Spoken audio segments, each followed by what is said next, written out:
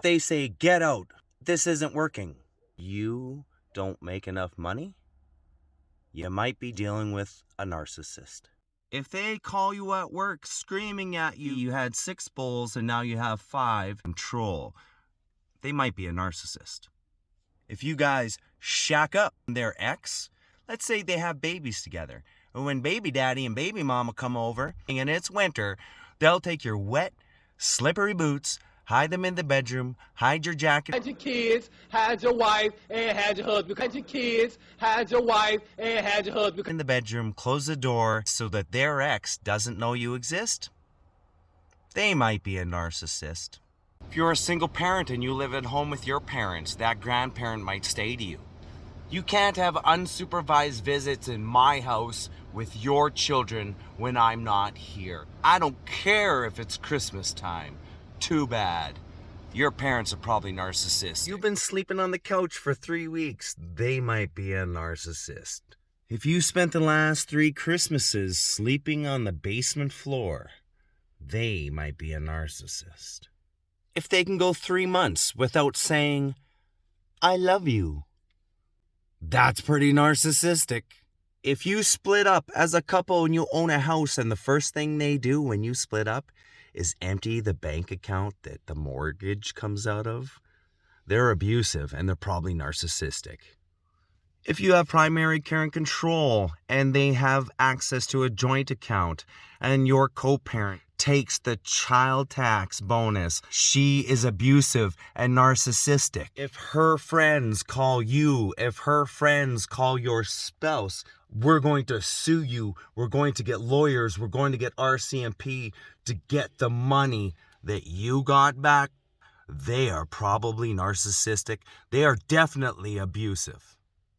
If they don't work, if they've been abused their whole life and they won't get a job because they say they've been abused their whole life, they are toxic, they are narcissistic.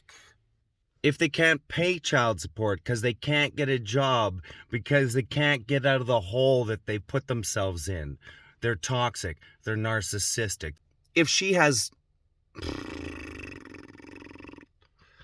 If you call your parents at Christmas time and say, please talk to your grandchildren, and they tell you, don't tell us what to do, you're abusive, you have no idea what's going on in our life, they're toxic, they're narcissistic, they're abusive.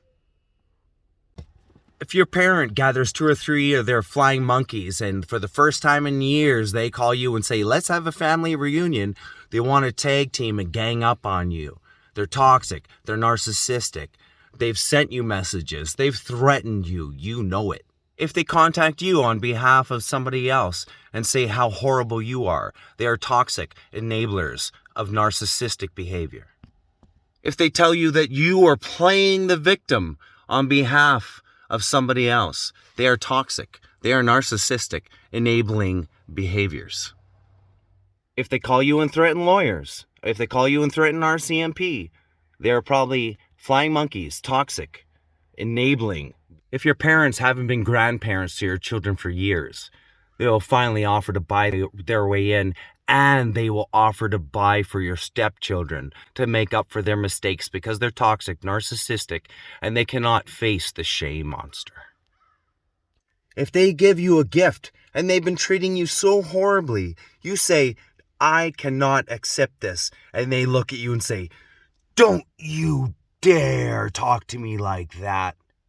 They're toxic, narcissistic, abusive parents. If you tell someone, leave me alone, stop contacting me, and they call the police on the phone, about to call the police 2 hours later, because you haven't contacted them, they're toxic, narcissistic, and they're dangerous to you. If they have your children and they don't send them to school because they know you have every right to go there and see them, and they keep them out of school for 120 days, they're toxic, narcissistic, abusive parents.